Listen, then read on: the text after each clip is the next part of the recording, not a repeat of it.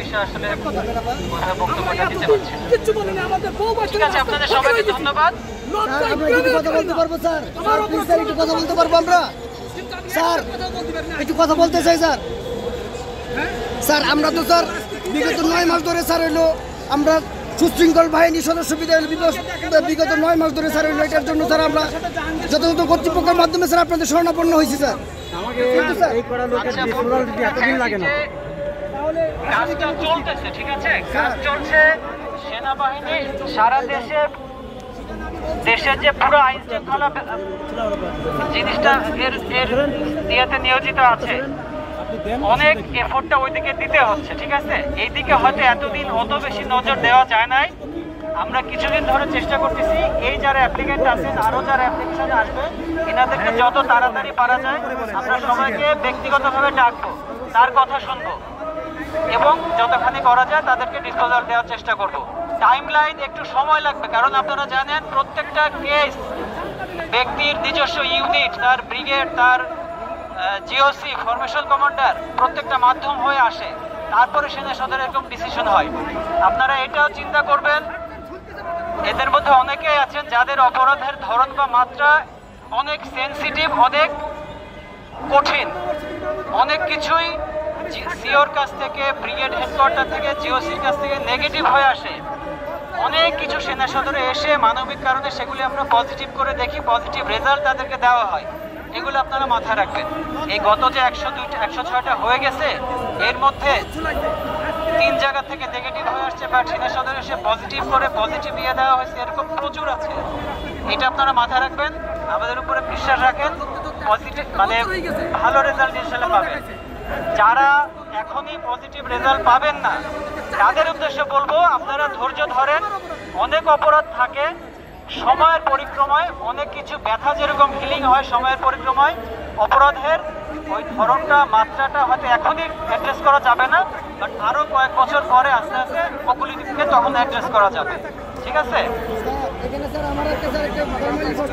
আচ্ছা, আপনারটা আপনি ইন্ডিভিজুয়ালি আমাদের থাকলো, আপনারা ইন্ডিভিজুয়ালি আসেন ক্যান্টনমেন্ট যে সিএসডি পেট্রোল পাম্প, এইখানে আমাদের অফিস, আর অ্যাড্রেসও দেওয়া আছে অনেকেই, এগুলো নিয়ে আসেন, ইন্ডিভিজুয়ালি বলেন, আমরা সকলের সমস্যার আমরা সমাধান হাতে নিব, ঠিক আছে, অসুবিধা নেই।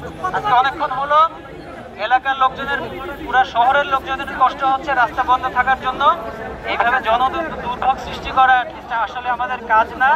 আমাদের যেটা, আপনাদের যেটা প্রাপ্য, যেটা চাবেন সরাসরি বলেন আমাদের কাছে, আমরা সমাধান করার চেষ্টা করবো প্রচলিত নিয়ম শৃঙ্খলার মধ্য থেকেই।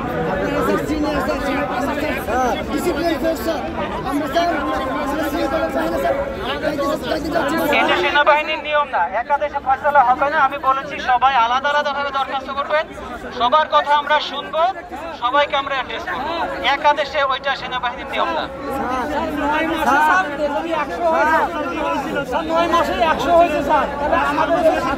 আচ্ছা, এটা এখন আরো ফাস্ট হবে। আগের দিন শুনেন, আগে যেটা হয়েছিল সেটা স্যার আমরা একত্রিতভাবে আশা করি, বললাম এখন এটা আরো গতিশীল হবে, ঠিক আছে। সুতরাং ওইটা যেটা হয়েছে ওইটা ঠিক আছে, ওইটা এখন আজকে থেকে আরো গতিশীল এটা দেখতে পাবেন। আপনাদের যারা কাজের ইয়েগুলো দেখতে চান আমাদের অফিসে আসেন, কথা বলেন, আপনাদেরকে আমরা দেখাবো, ঠিক আছে। আচ্ছা, এখন আপনাদের যারা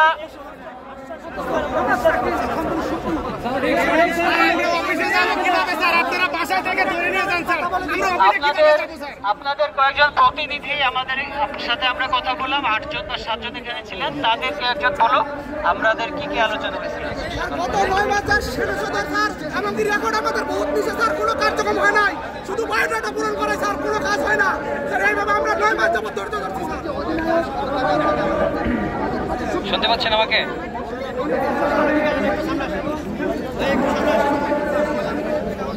আচ্ছা, স্যার যে কথাগুলো বলেছে, স্যার অনেক কষ্ট করেছে আমাদের জন্য, প্রায় 2 ঘন্টার ধরে মিটিং করেছে। আপনাদের সামনে এখন বোঝালো একটা শুধুমাত্র আগামীকালকে আমরা কিছু সেনা সদস্য, প্রতিনিধি দল সেনা সদস্য যাচ্ছি। স্যাররা 106টা কমপ্লিট করেছে এবং আগামী কোরবানির ঈদুল আজহার আগে আর কিছু কমপ্লিট করবে, সেটা দৃশ্যমান দেখাবে স্যাররা। আর এটা হচ্ছে, আর আজকে সন্ধ্যা 6টার ভিতরে আজকে সন্ধ্যা 6টার ভিতরে স্যারদের কার্যক্রমগুলো আইএসপিআর কর্তৃক প্রকাশিত করবে। আর নাইমুল ভাইয়ের মুক্তির ব্যাপারে যেটা বলেছে, আমরা দাবি করেছিলাম নাইমুল ভাইকে আজকে মুক্তি করে আমরা এখান থেকে অবস্থান ত্যাগ করবো। স্যার বলেছে নাইমুল ভাই কেন গ্রেপ্তার হয়েছে, কি হয়েছে স্যার জানে না। স্যার সেনানিবাসে গিয়ে ফ্রেশ হয়ে নিরিবিলি এটা কথা বলে আগামীকাল সকালে আবেদন করতে বলছে। স্যার এটা সিরিয়াসলি দেখবেন, আমাদের এটা বলে আশ্বস্ত করেছেন। আশা করি আপনারা এতে সন্তুষ্ট হবেন। জি, আপনারা